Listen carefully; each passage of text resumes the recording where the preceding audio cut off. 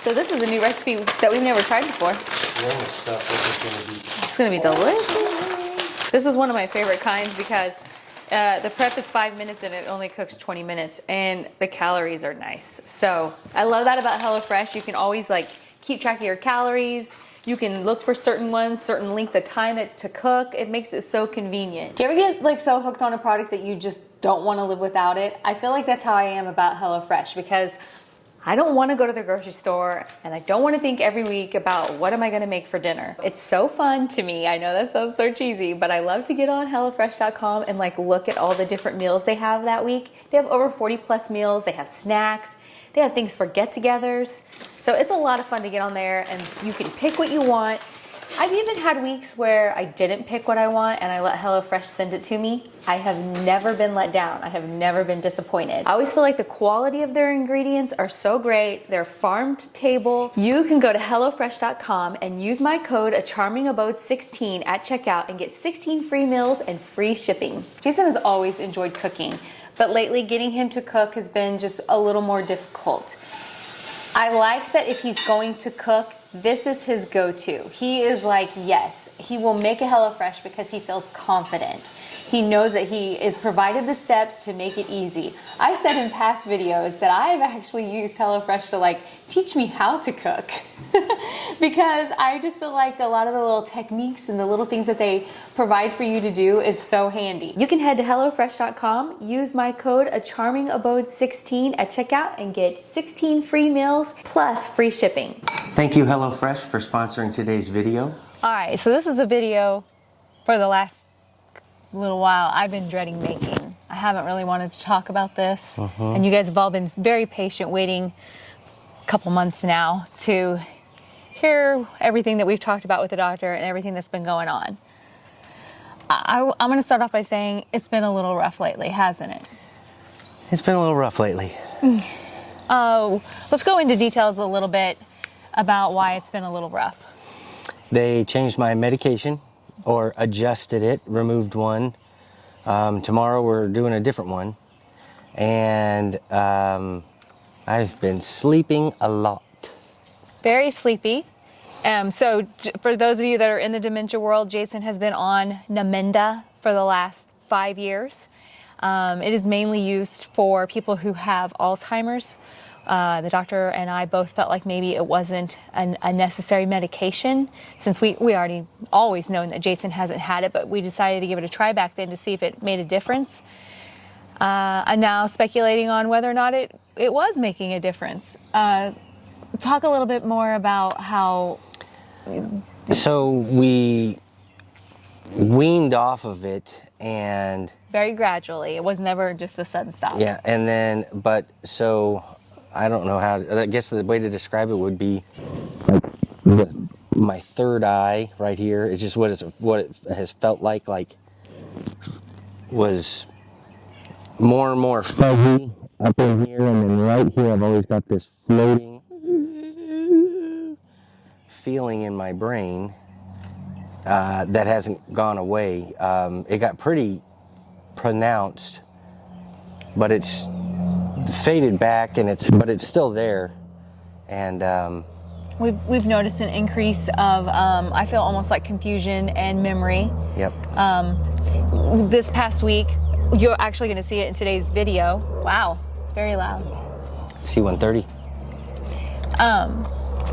You saw in today's video we did a HelloFresh advertisement, and you can tell even just from watching that, which I'm seeing it. Jason has to keep going back and reading the directions, step number 1, over and over and over, like he was having trouble just even being able to move on.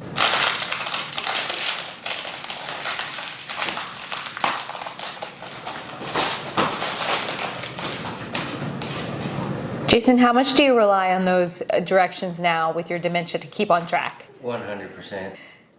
And as you can tell, I have read the same step 1 6 times.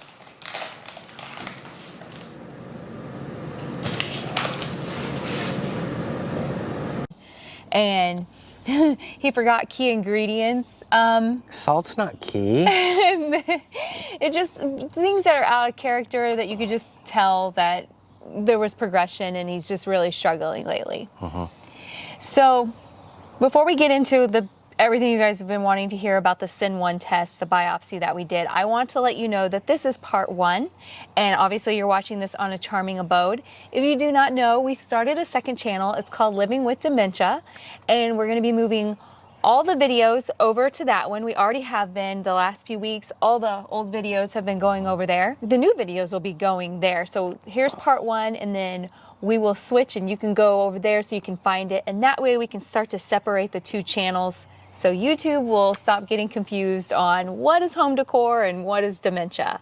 So make sure you're over there and you subscribe. That video will be out here in just a little bit. So you're gonna wanna watch this one, click over and go watch that one. Okay. I concur. So here's the thing that we're having trouble talking about. Do you want me to start it? Yeah, because I don't know what you're talking about. Oh gosh. So what have been the titles of these videos all along? They were Living with Lewy body dementia. And we were told in 2018 that Jason had Lewy body dementia. We're now told in 2023 it's not Lewy body dementia. It is dementia. It is not changing. His, actual diagnosis, which was then also, is a major neurological disorder. We get that. Early onset dementia. Those are the 2 ways they're classifying it.